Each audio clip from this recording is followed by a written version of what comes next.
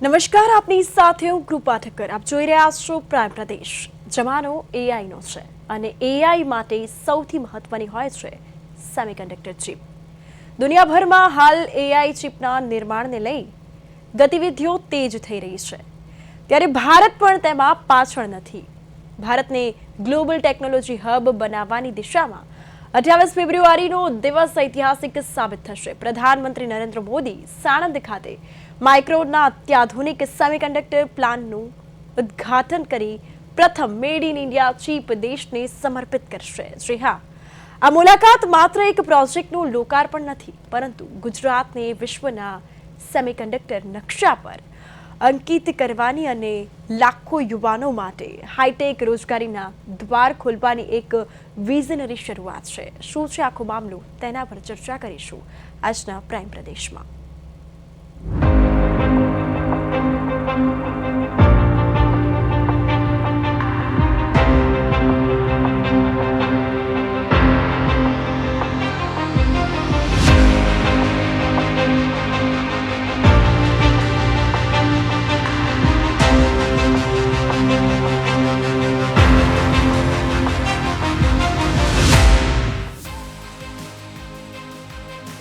ભારતને global technology hub બનાવવાની દિશામાં 28 ફેબ્રુઆરીનો દિવસ ઐતિહાસિક સાબિત થશે.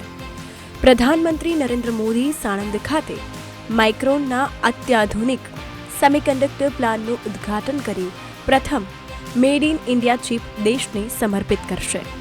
આ મુલાકાત માત્ર એક પ્રોજેક્ટનું લોકાર્પણ નથી, પરંતુ ગુજરાતને વિશ્વના સેમિકન્ડક્ટર નકશા પર અંકિત કરવાની અને લાખો યુવાનો માટે હાઈટેક રોજગારીના દ્વાર ખોલવાની એક વિઝનરી શરૂઆત છે. વડાપ્રધાન નરેન્દ્ર મોદીના આત્મનિર્ભર ભારત અને ઇન્ડિયા સેમિકન્ડક્ટર મિશન અંતર્ગત સાણંદમાં માઇક્રોન ટેકનોલોજીનો પ્લાન્ટ કાર્યરત થવો એ ગુજરાત માટે એક મોટી આર્થિક અને ટેકનિકલ છલાંગ છે. આ પ્રોજેક્ટ આગામી દાયકાઓમાં ગુજરાતના વિકાસનો નવો અધ્યાય લખશે. અત્યાર સુધી સેમિકન્ડક્ટર ચિપ્સ માટે ભારત, ચીન, તાઇવાન અને દક્ષિણ કોરિયા જેવા દેશો પર નિર્ભર હતું. સાણંદમાં માઇક્રોનનો આ પ્લાન્ટ શરૂ થવાથી ગુજરાત ભારતનું પ્રથમ સેમિકન્ડક્ટર મેન્યુફેક્ચરિંગ સ્ટેટ બનશે. આનાથી વિશ્વની અન્ય મોટી ટેક કંપનીઓ અને રોકાણકારો પણ ગુજરાત તરફ આકર્ષાશે. રાજ્યમાં એક અનોખું સેમિકન્ડક્ટર ઇકોસિસ્ટમ તૈયાર થશે, જેમાં ડિઝાઇનથી લઈને એસેમ્બલી અને ટેસ્ટિંગ સુધીની તમામ પ્રક્રિયાઓ સ્થાનિક સ્તરે શક્ય બનશે. Mobile phone, laptop, car, washing મશીનથી લઈને સંરક્ષણના ક્ષેત્રના અત્યાધુનિક ઉપકરણોમાં સેમિકન્ડક્ટર ચિપ્સનો ઉપયોગ અનિવાર્ય છે. ભારતમાં આ ચિપ્સનું ઉત્પાદન થવાથી વિદેશી હુંડિયામણની મોટી બચત થશે. વધુમાં સપ્લાય ચેઇનમાં આવતી અડચણો દૂર થશે, જેને કારણે ઇલેક્ટ્રોનિક વસ્તુઓના ભાવમાં ઘટાડો થવાની અને ઉત્પાદન ખર્ચ ઘટવાની પૂરી શક્યતા છે. ગુજરાત આ વૈશ્વિક સપ્લાય ચેઇનનું મહત્વનું કેન્દ્ર બની જશે. જ્યારે દુનિયાની સામે કોવિડ-19ના પડકારો ઊભા થયા અને એને કારણે અમુક જે કી પાર્ટ્સ હતા એની સપ્લાય ચેન વેરવિખેર થઈ ગઈ અને એમાં મહત્ત્વનું જે ચેન ડિસ્ટર્બ થઈ હતી, એમાં જે સેમિકન્ડક્ટર છે એના ઉત્પાદન બંધ થવાથી દુનિયાની લગભગ મોટાભાગની ઇન્ડસ્ટ્રીઓ ઠપ થઈ. આ એક મોટો પડકાર હતો. એ પડકારને એક ઓપોર્ચ્યુનિટી ગણીને માનનીય યશસ્વી વડાપ્રધાન નરેન્દ્રભાઈ દેશને સેમિકન્ડક્ટર હબ બનાવવાનું નક્કી કર્યું અને પડકાર ઝીલી લીધો અને એને કારણે આજે દેશ છે એ સેમિકન્ડક્ટર સહિતના જે 6th જનરેશન ફ્યુચરિસ્ટિક ઇન્ડસ્ટ્રી છે એમાં દુનિયાની અંદર લીડ રહી રહ્યું છે. માઇક્રોન પ્લાન્ટના આગમનથી પ્રત્યક્ષ અને પરોક્ષ રીતે હજારો નોકરીઓનું સર્જન થશે. પ્લાન્ટમાં હજારો એન્જિનિયર્સ, ટેકનિશિયન્સ, ડેટા એનાલિસ્ટ અને આઈટી નિષ્ણાતોની જરૂરિયાતો ઊભી થશે. લોજિસ્ટિક, પેકેજિંગ, સુરક્ષા અને ટ્રાન્સપોર્ટેશન જેવા સહાયક ક્ષેત્રોમાં સ્થાનિક લોકોને મોટી સંખ્યામાં રોજગારી મળશે. આ પ્લાન્ટના કારણે ગુજરાતની એન્જિનિયરિંગ કોલેજીસ અને યુનિવર્સિટીઓમાં સેમિકન્ડક્ટર રિસર્ચ અને સ્પેશિયલાઇઝ્ડ કોર્સિસ વધશે અને યુવાનોને વૈશ્વિક સ્તરે સ્પર્ધાત્મક બનાવશે. સાણંદ અત્યાર સુધી ટાટા, ફોર્ડ અને અન્ય કંપનીઓના કારણે દેશના મુખ્ય ઓટોમોબાઈલ હબ તરીકે જાણીતું હતું. હવે સેમિકન્ડક્ટર પ્લાન્ટના આગમનથી તે હાઈટેક ઇલેક્ટ્રોનિક્સ હબમાં પરિવર્તિત થશે.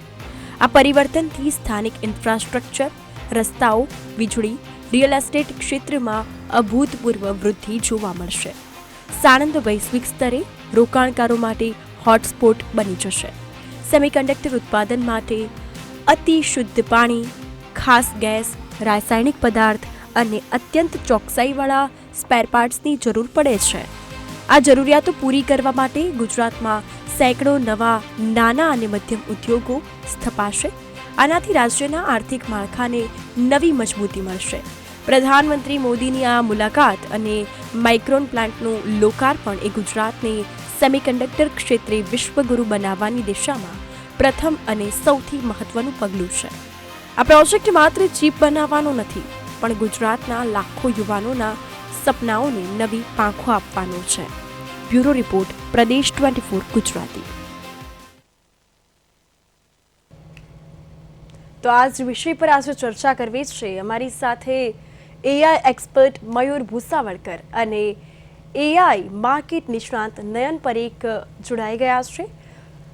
મયુરભાઈ અને નયનભાઈ, આપનું સ્વાગત છે પ્રદેશ 24 ગુજરાતી પર. Thank you Kripal.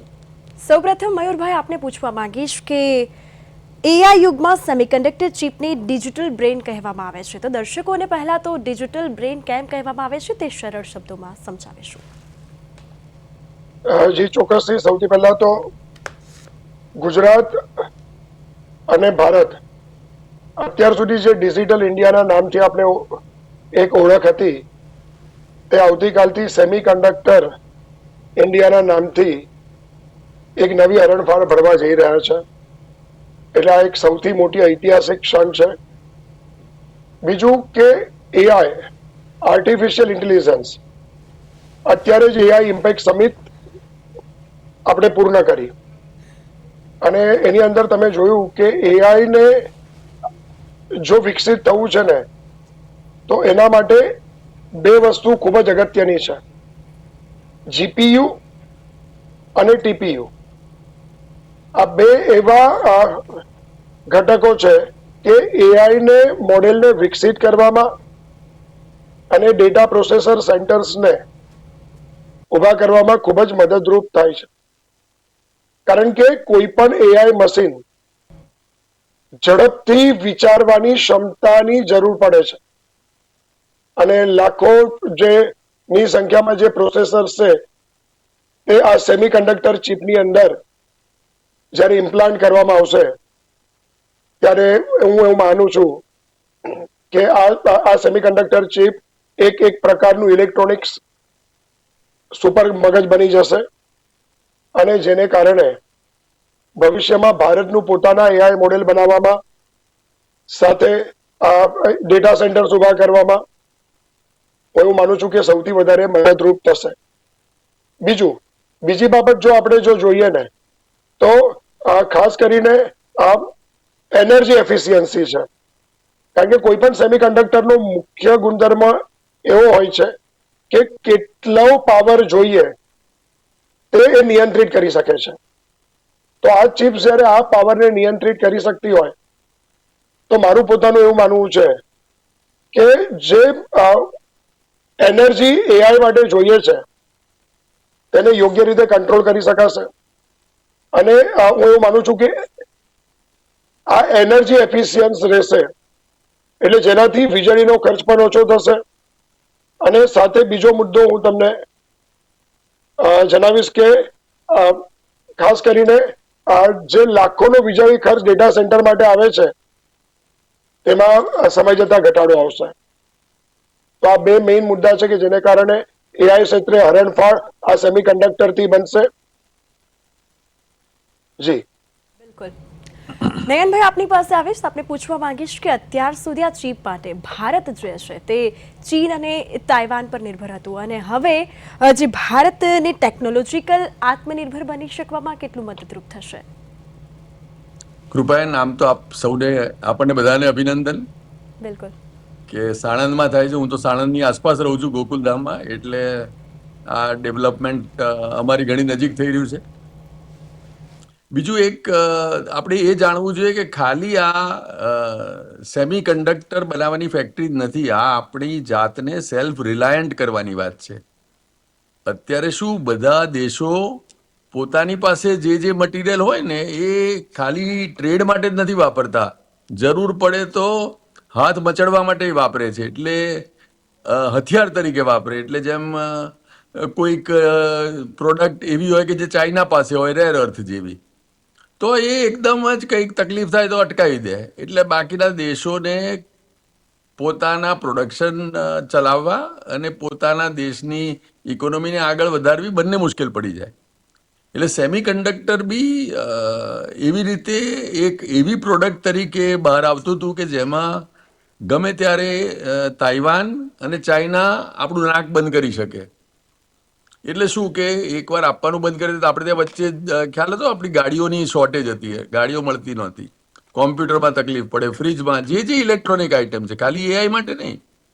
આપણે મારે ને તમારે કાલે કોઈ પણ ઇલેક્ટ્રોનિક ચીજ લેવી હોય, કમ્પ્યુટર લેવું હોય, તો સેમી કન્ડક્ટરના સપ્લાય ઉપર આપણે આધારિત હતા. એટલે ગમે ત્યારે ચાઇના કે તાઇવાન જો રોકે સપ્લાય તો આપણો શ્વાસ અદ્ધર થઈ જાય. આપણી ગાડી બનાવવાની કંપનીઓ આટલી બધી ઇન્વેસ્ટમેન્ટ કરીને બેઠી હોય, પણ કાલે જો ના મળ્યું સેમી કન્ડક્ટર તો સાવ બધું પ્રોડક્શન ઠપ થઈ જાય. એટલે એક તો આપણે એ જોવાનું છે કે ખાલી આ ટેકનોલોજી વાઇઝ કે પ્રોડક્શન વાઇઝ કે એમ્પ્લોયમેન્ટ વાઇઝ કે જીડીપી ગ્રોથ વાઇઝ કે એઆઈ વાઇઝ જોવા કરતાં આપણે આમાં પોતાની જાતને મજબૂત કરી રહ્યા છીએ. એટલે આ કરવાથી કોને ફાયદો થશે? હું તો કહું છું ગાડીઓને પણ ફાયદો થશે, કારણ કે જે કાર બનાવે છે પણ એ લોકો નિર્ભર હતા કે બહારથી સેમી કન્ડક્ટર મળે, ચીપ મળે તો આપણું કામ થાય, અને આપણે તો લગભગ 90% અત્યાર સુધી ઇમ્પોર્ટ કરતા હતા. એટલે આ શું મહત્વની પ્રોડક્ટમાં જો આપણે 90% નિર્ભર રહીએ એવા દેશો ઉપર કે જે આપણું નાક દબાવી શકે, તો આપણી આખી ઇકોનોમીને અસર પડે. જીડીપી ગ્રોથમાં આપણે કંઈક ને કંઈક રીતે સેક્રિફાઈસ થવાનું થાય. એટલે હું ગણું છું કે એ રીતે મને સેમી કન્ડક્ટર બાબતમાં આપણે સ્વનિર્ભર થઈએ છીએ એ બહુ જ ગમે છે. એટલે આ એક તો પહેલું આપણા જે દર્શકો છે એને આ પરિપ્રેક્ષમાં જોવાની વાત છે કે આના કારણે હવે આપણે તો આ વાત સાવ ફેરવી કાઢીશું. એટલે આપણે અત્યાર સુધી ઇમ્પોર્ટ કરતા હતા, પણ જો આમ ચાલુ રહ્યું તો આપણે ધીરે ધીરે આ પ્રોડક્ટ એક્સપોર્ટ કરવા માંડીશું. એટલે આ એક પગલું આજે ભરાયું છે. બીજું, આપણા ત્યાંના એન્જિનિયરિંગ વાળા જે પણ યુવાનો છે એ લોકોને આનાથી રોજગારી મળશે. 5,000 યુવાનોને સીધી રોજગારી મળશે. અને આ પણ કેવી રોજગારી? હાઈ ટેકનિકલ એક્સપર્ટીઝ વાળી રોજગારી. એટલે એક જનરલ નોલેજ વાળી કે એક ગાડીમાં કોઈ એસેમ્બલી કરતું હોય કે એનું એન્જિનિયરિંગ કામ કરતું એવું નહીં, પણ એક કટિંગ એજ ટેકનોલોજી જે કહી શકાય કે વિશ્વની અદ્યતન ટેકનોલોજી કહી શકાય એવી પ્રોડક્ટમાં કામ કરવું. એટલે આમાં જે એન્જિનિયર 1 કે 2 વર્ષ અનુભવ ધરાવશે, એટલે આપણી કોઈ એન્જિનિયરિંગ કોલેજમાંથી ગુજરાતમાંથી ભણ્યો હોય અને પછી આ કંપનીમાં અહીંયા આવે અને માઇક્રોનના પ્લાન્ટમાં કામ કરે, તો 2 વર્ષમાં એની વેલ્યુ કેટલી વધશે? આખી દુનિયામાં એના માટે તકો ઊભી થશે. ભલે આપણે તો ઈચ્છીએ કે એ દેશમાં જ રહે, આપણા જ ઇકોનોમીમાં કોન્ટ્રીબ્યુટ કરે, પણ આપણે એક વર્લ્ડ ક્લાસ એન્જિનિયર્સ બનાવવા માટે અને 5,000 લોકો આવા બનવા માંડશે.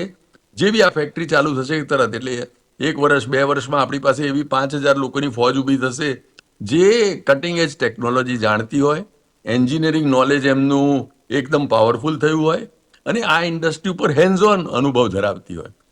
એટલે હું આ બધા પરિપ્રેક્ષથી જે કાલે આપણે પ્લાન્ટ ચાલુ કરવા જઈ રહ્યા છીએ એને જોવા માંગુ છું, અને એ આપણા દર્શકોને કહેવા માંગુ છું કે આ આખું એક જરા વોટરશેડ ડેવલપમેન્ટ છે, આપણે ત્યાં થાય છે એનો આપણે આનંદ છે, અને આઈ થિંક આનો બેનિફિટ જે છે એ આપણે દિવસે દિવસે જોતા રહીશું. મયુરભાઈ, ખાસ કરીને હાલ એઆઈનો યુગ છે અને એઆઈ યુગમાં જે દેશ છે હાલ ચીપ બનાવવા જઈ રહ્યો છે ભારત છે, તો શું જે દેશ ચીપ બનાવે છે એ જ દેશ દુનિયા પર રાજ કરે છે, એટલે શું હવે ભારત એ રેસમાં આગળ નીકળી રહ્યું છે? શું લાગે છે આપને? સૌથી પહેલા તો હું એવું કહીશ કે ભારત અત્યારે એઆઈ યુઝર છે. બિલકુલ. આપણે એઆઈ નો મેક્સિમમ યુટિલાઇઝેશન કરીએ છીએ, પણ એઆઈ ક્ષેત્રે જે ડેટા સેન્ટર્સ હોવા જોઈએ, એઆઈ મોડેલ્સ બનવા જોઈએ, એઆઈ પાછળ ઇન્વેસ્ટમેન્ટ હોવું જોઈએ, એવું કશું જ અત્યારે હતું નહીં.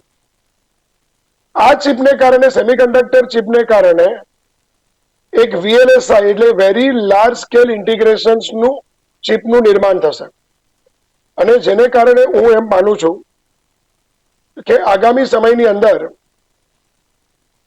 એઆઈ ક્ષેત્રે જો આપણી ત્યાં ઇન્વેસ્ટમેન્ટ થાય, એઆઈ ક્ષેત્રે કોઈ પણ કંપની રોકાણ કરે, તો હું એવું માનું છું કે લોકોને અહીંયાથી સેમિકન્ડક્ટર લોકલ માર્કેટમાંથી બની જશે. બીજું કે એસએસડી સાથે તમે જોશો તો ફ્લેશ ડ્રાઈવ્સ, બરાબર, રેમ્સ, જે અત્યાર સુધી આપણે લોકો પર નિર્ભર હતા તે ભારતમાં ઉપલબ્ધ બનશે. બીજું કે ઇમ્પોર્ટ ડ્યુટી ઓછી થશે, એને કારણે આની કિંમતોમાં પણ ઘટાડો આવશે. એટલે જે એઆઈના વિકાસ માટે તમારી પાસે ટેકનોલોજી હોવી જોઈએ, સેમિકન્ડક્ટર્સ હોવા જોઈએ, બીજું પોષાય તેવું વાતાવરણ હોવું જોઈએ, અને ખાસ કરીને બીજું કે આપણી પાસે આપણી ટેકનોલોજી છે અને એની મદદથી આપણે જોઈએ તેવું એક ડેવલપમેન્ટ કરી શકીએ કોઈ પણ ક્ષેત્રમાં. તો એ તમામ પ્રકારની સંભાવના જ્યારે કોઈ પણ જગ્યા પર અવેલેબલ હોય તો સારામાં સારું ઇન્વેસ્ટમેન્ટ મળી શકે અને એઆઈ ક્ષેત્રે ડેવલપમેન્ટ થઈ શકે. અત્યારે એઆઈ ક્ષેત્રે ડેવલપમેન્ટ ચાલી રહ્યું છે. બીજું, ઘણી બધી વિદેશી કંપનીઓ આજે અને લોકલ કંપનીઓ એઆઈમાં રોકાણ કરવા માટે રેડી છે. તો તે સંદર્ભે જે ઇન્ફ્રાસ્ટ્રક્ચર અને ટેકનોલોજીકલ જે ગ્રાઉન્ડ આપણને મળવું જોઈતું હતું તેની આ શુભ શરૂઆત છે. એટલે હું એવું માનું છું કે બહુ સારી શરૂઆત છે, અને ભવિષ્યમાં ભારત માટે આવી ચિપ્સ માટે કોઈના પર નિર્ભર નહીં રહેવું પડે, અને આજે ભારત પોતે ચિપ બનાવતો દેશ બનશે. એટલે કે જેને હું એવું કહીશ કે મેડ ઇન ઇન્ડિયા ચિપ્સ હશે, અને સેકન્ડ થિંગ કે આપણે આપણા અલ્ગોરિધમ્સ પ્રમાણે એને સેટ કરી શકીશું. બિલકુલ બિલકુલ જી બિલકુલ. નયનભાઈ, એક સમય હતો કે જ્યારે ભારત દુનિયા પાસેથી એઆઈ ચીપ ઇમ્પોર્ટ કરતું હતું. શું હવે એ સમય આવી ગયો છે કે દુનિયા ભારત પાસેથી ચીપ ઇમ્પોર્ટ કરશે?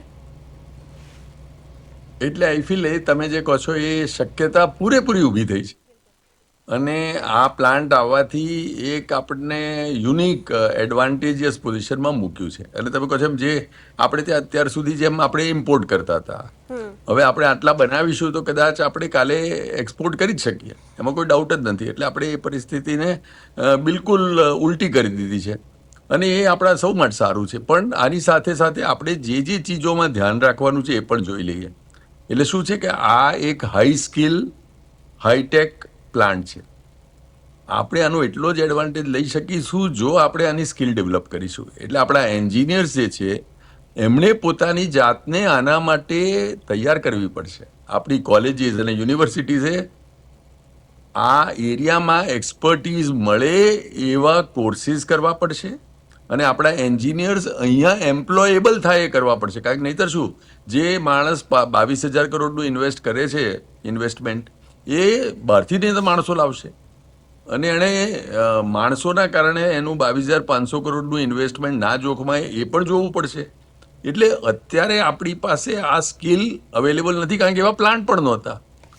જેવા પ્લાન્ટ આવ્યા એવી જ આપણે હવે આપણી પોતાની સ્કિલ ડેવલપ કરવામાં ખૂબ જ મહેનત કરવી પડશે, અને તો જ આપણે આ જે ઇન્વેસ્ટમેન્ટ છે 22-23,000 કરોડનું એનું પૂરો એડવાન્ટેજ લઈ શકીશું. તમે કહ્યું એમ, આપણે આખી દુનિયામાં આપણો જો દબદબો કરવો હોય તો એક તો ઇન્વેસ્ટમેન્ટ છે, એટલે ફાઇનાન્શિયલ ઇન્વેસ્ટમેન્ટ, અને બીજું છે એ સ્કિલ અને હ્યુમન રિસોર્સનું ઇન્વેસ્ટમેન્ટ.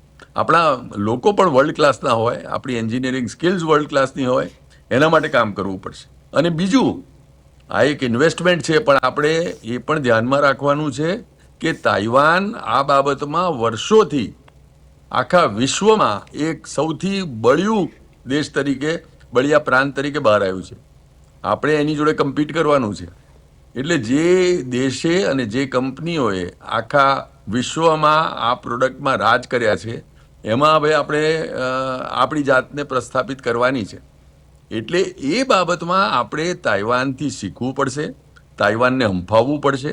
તાઇવાન અને ચાઇના જે અત્યાર સુધી આ બાબતમાં પોતાની લીડરશિપ પોઝિશન એસ્ટાબ્લિશ કરીને જાળવી રહ્યા છે, એને આપણે અખાડામાં પછાડવાના છે, એમને આપણો ઝીંક લેવાની છે. એટલે આપણે આ બંને તૈયારી કરવી પડશે. કેવી રીતે તાઇવાન અને વર્લ્ડ લીડર્સ અને જે લોકોને વર્ષોનો બહોળો અનુભવ છે એની જોડે કમ્પીટ કરવું, અને કેવી રીતે આપણા યુવાન એન્જિનિયર્સને આના માટે તૈયાર કરવા જેથી એ અહીંયા એમ્પ્લોયેબલ થાય અને અહીંયા એવી એમ્પ્લોયમેન્ટ અને એક્સપિરિયન્સ પામે કે જેથી વર્લ્ડ ક્લાસ એન્જિનિયર્સ તરીકે એ લોકો કાલે બહાર આવે.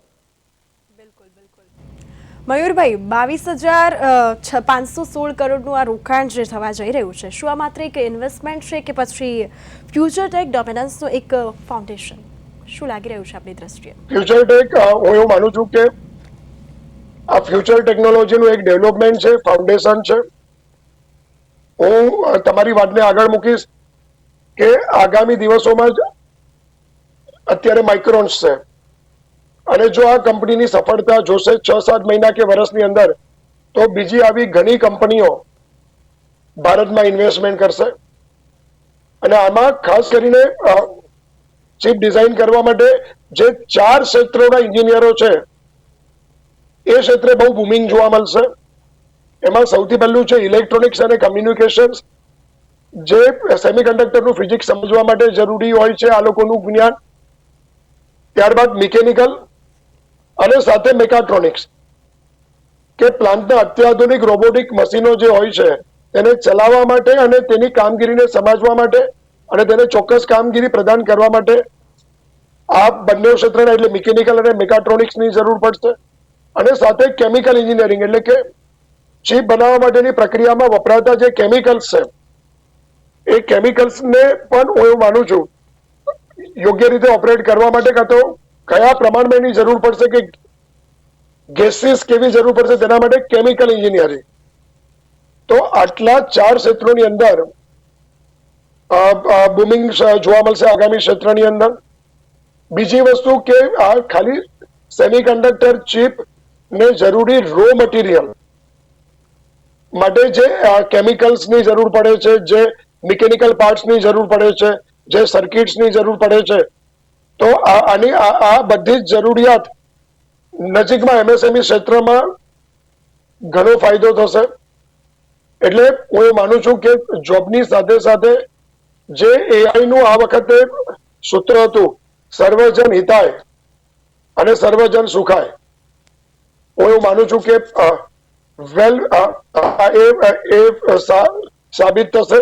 અને સાથે વેલ બિગિન ઇઝ હાફ ડન એવું અંગ્રેજીમાં સૂત્ર છે. તો આ તો શરૂઆત થઈ છે, અને જેમ જેમ આગળ વધશે તેમ સામે ચેલેન્જીસ ખબર પડશે. પણ હું મારી શરૂઆતમાં મેં કીધેલું હતું કે ડિજિટલ ભારતની સાથે સાથે હવે ભારતની આ એક નવી ઓળખ થઈ ગઈ છે, સેમી કન્ડક્ટર હબ ભારત. બિલકુલ.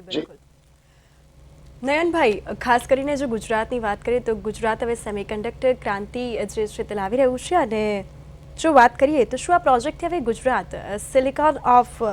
સિલિકોન વેલી ઓફ ઇન્ડિયા તરીકે સાબિત થશે? આપની દ્રષ્ટિએ આપ શું કહેશો? આ એક શક્યતા ઊભી છે કૃપાયન, અને મારા ખ્યાલથી એક બહુ મોટું પગલું લેવાયું છે. પણ હવે આગળ તમે કહો છો એમ કેવી રીતે આને આપણે ગુજરાતને ડેવલપ કરીએ, ગુજરાતના થકી ઇન્ડિયાને અગ્રેસર સ્થાને બેસાડીએ, એ હવે આ તકનો આપણે કેવી રીતે ઉપયોગ કરીએ છીએ, કેવી રીતે આ તક આપણે ઝડપી લઈએ છીએ. અને એ ખાલી ઇન્વેસ્ટમેન્ટથી નહીં થાય, આપણે સરકારી પોલિસીઝ એ પ્રમાણે કરવી પડશે, આપણી કોલેજીસમાં એન્જિનિયર તે પ્રમાણે તૈયાર કરવા પડશે, આપણો એમએસએમઈ ને બાકીના બધા ઇન્ડસ્ટ્રી છે, એક આપણું આખી ઇકોસિસ્ટમ ઊભી કરવી પડશે.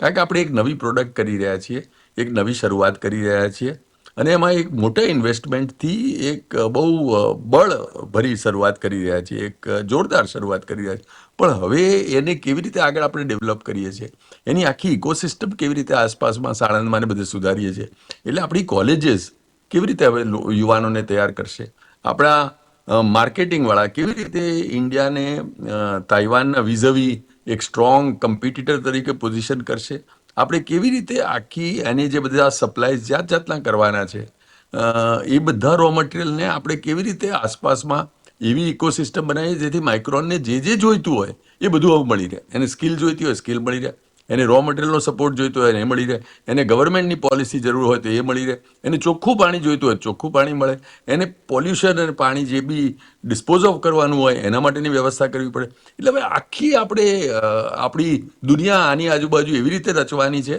જેથી આ જે એક નવી શરૂઆત કાલે થઈ રહી છે એનો એડવાન્ટેજ આખા ગુજરાતને મળે, ગુજરાતની ઓળખ બને અને એના થકી ભારતની ઓળખ બને, એ માટેની જે તક આવી છે આપણે બધાએ કામ કરી અને એને ઝડપી લેવાની વાત છે. માઇક્રોન ટેકનોલોજીનો આ પ્લાન્ટ શું માત્ર એક ફેક્ટરી છે કે પછી એ દિવસ દૂર નથી જ્યારે દુનિયાની સૌથી પાવરફુલ એઆર ટેકનોલોજીસ પાછળ મેડ ઇન ઇન્ડિયાની ચીપ લાગશે? આમાં એવું છે કે માઇક્રોન આ પ્લાન્ટ જે છે તે ATMP યુનિટ છે. ATMP નું અર્થઘટન થાય છે assembly, test, marking and packaging. તો આની અંદર સૌથી પહેલા જે પેકેજિંગની જો વાત કરું તો બહારથી આવતા સિલિકોન વેફર્સ જે છે એ વેફર્સને કાપીને તેને સુરક્ષિત કેસિંગમાં બેસાડવામાં આવશે. એ આ પ્લાન્ટનું પહેલું કાર્ય રહેશે. બીજું ટેસ્ટિંગ, કે હવે એ સિલિકોન પ્રોપર કામ કરે છે કે નહીં તેને જોવાનું કામ આ ટેસ્ટિંગ યુનિટનું રહેશે. અને ત્યારબાદ એક્સપોર્ટિંગ, કે એને નિકાસની દ્રષ્ટિએ જો જોવામાં આવે તો ચિપ્સ માત્ર ભારતની જ જરૂરિયાત માત્ર પૂર્ણ નહીં કરે, પરંતુ માઇક્રોનના લેટેસ્ટ જે અપડેટ પ્રમાણે હું એવું કહી શકું છું કે આખી દુનિયાની જે અમુક ટકા જરૂરિયાત છે એ આ યુનિટ પૂરું પાડવા જઈ રહ્યું છે. બિલકુલ. માઇક્રોન બેઝિકલી 1978માં અમેરિકામાં સ્થાપિત થયેલી કંપની હતી અને ત્યારબાદ ચાઇના, જાપાન, તાઇવાન આવા જગ્યા પર એના યુનિટ હતા જ. પણ આજની તારીખમાં શ્રુતિબેન હું તમને કહું કે ભારત એ એઆઈ પાવરની દ્રષ્ટિએ અત્યારે બહુ મોટી હરણપાર ભળી છે. ભારતમાં એઆઈ યુઝર્સ સૌથી વધારે છે. કોઈ પણ એઆઈ એન્જિનને ટ્રેન કરવા માટે ડેટા જોઈએ અને એ ડેટા સૌથી વધારે ભારતમાં છે, કારણ કે ભારત એ યુવાનોનો દેશ છે અને આપણે 100 કરોડથી વધારે યુનિક ઇન્ટરનેટ યુઝર્સ છીએ અને એમાંથી 70 કરોડ જેટલા લોકો આજની તારીખમાં એઆઈ સાથે કોઈને કોઈ રીતે જોડાયેલા છે. તો હું એવું માનું છું કે ભવિષ્ય માટે જે મોબાઈલ નવા આવશે આ સેમિકન્ડક્ટર ચિપને કારણે મોબાઈલનું કદ પણ નાનું થશે, મોબાઈલમાં એઆઈ સહવસ્થાથી વાપરી શકાશે, સાથે મોબાઈલ ઝડપથી ગરમ પણ નહીં થાય, બીજું એનર્જી એફિશિયન્ટ હશે અને સાથે બીજો અગત્યનો મુદ્દો કે ઝડપ પણ મળશે, ડેટા સ્ટોરિંગ પણ થશે અને સૌથી અગત્યનો મુદ્દો જે ટેકનોલોજી માટે અત્યારે આપણે બહારથી નિર્ભર હતા તે ભારતમાં બનશે અને આગામી સમયમાં મોબાઈલ, કમ્પ્યુટર અને તમામ ઇલેક્ટ્રોનિક્સ ગેજેટ્સ કે જ્યાં સેમિકન્ડક્ટર ચિપ લાગે છે એની કોસ્ટિંગ ઓછી થશે, જેનાથી સર્વજન હિતાય સર્વજન સુખાય સૂત્ર સાબિત થશે. બિલકુલ બિલકુલ. નયનભાઈ, છેલ્લે આપણે પૂછવા માંગીશ કે માઇક્રોનનો આ પ્લાન્ટ ખાસ કરીને ગુજરાતમાં અને એમાં પણ માઇક્રોનનો આ પ્લાન્ટ જે છે તે ખાસ કરીને જો વાત કરીએ તો તમને શું લાગી રહ્યું છે, ગેમ ચેન્જર સાબિત થઈ શકે? બિલકુલ, આઈ થિંક ગેમ ચેન્જર જ સાબિત થશે અને એમનું પોતાનું અહીંયા આવવું ને આ ઇન્વેસ્ટમેન્ટ કરવું એ પણ ગેમ ચેન્જર છે. અને આપણે આઈ એમ શ્યોર કે આને એવી રીતે વિકસાવીશું કે જેથી આપણે પૂરી ગેમને ચેન્જ કરી નાખીશું.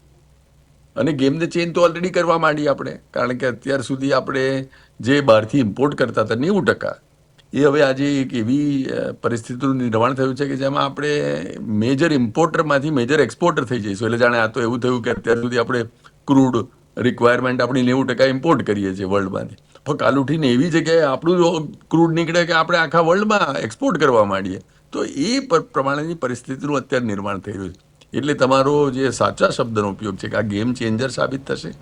ગેમ ચેન્જ થવાની શરૂઆત થઈ ગઈ છે. બિલકુલ. એ ગેમ ચેન્જ હવે કરવાની વાત જે છે આપણે બધાએ પકડી લેવાની છે. તમારા જેવા ચેનલ્સ આ અંગેની અવેરનેસ ઊભી કરે છે. બિલકુલ. એ માટે તમને અભિનંદન. અને બાકીના દરેક લોકોએ આ ગેમ ચેન્જ કરવા માટે કોઈક ને કોઈક રીતે પોતાનો ફાળો આપવાનો છે. અમે લોકો કંઈક વાત કરીને આપીશું, યુવાનો શીખીને આપશે, કોલેજ એવા પ્રોગ્રામ ડેવલપ કરીને આપશે. આપણા જે માર્કેટિંગ એક્સપર્ટ છે એ તાઇવાનને આપણે બરાબર અંફાવીએ એના માટે કામ કરશે. બિલકુલ. એટલે આઈ થિંક આપણે બધા ભેગા મળીને કામ કરીશું તો આ ગેમને ચોક્કસ બદલવાની શરૂઆત થઈ ગઈ છે. બિલકુલ, બિલકુલ. અને મારા ખ્યાલથી આપ ગમે ત્યારે આને 3 મહિને ઇવેલ્યુએટ કરશો ત્યારે આપણે આ ગેમ કેવી ચેન્જ કરી નાખી છે એ અંગે પણ આપણે ચર્ચા કરીશું. બિલકુલ બિલકુલ ચોક્કસથી. નયનભાઈ અને મયુરભાઈ, આપ અમારી સાથે જોડાયા, આપે ખૂબ વિસ્તૃતમાં માહિતી આપી દર્શકોને, તે બદલ આપનો આભાર. તો ગુજરાતમાં હવે સેમિકન્ડક્ટર ક્રાંતિ થશે અને પીએમ મોદી આવતીકાલે ઉદ્ઘાટન કરશે. હાલ અત્યારે બસ આટલું. વધુ અપડેટ્સ માટે આપ જોડાયેલા રહો પ્રદેશ 24 ગુજરાતી સાથે. મને આપશો રજા. નમસ્કાર.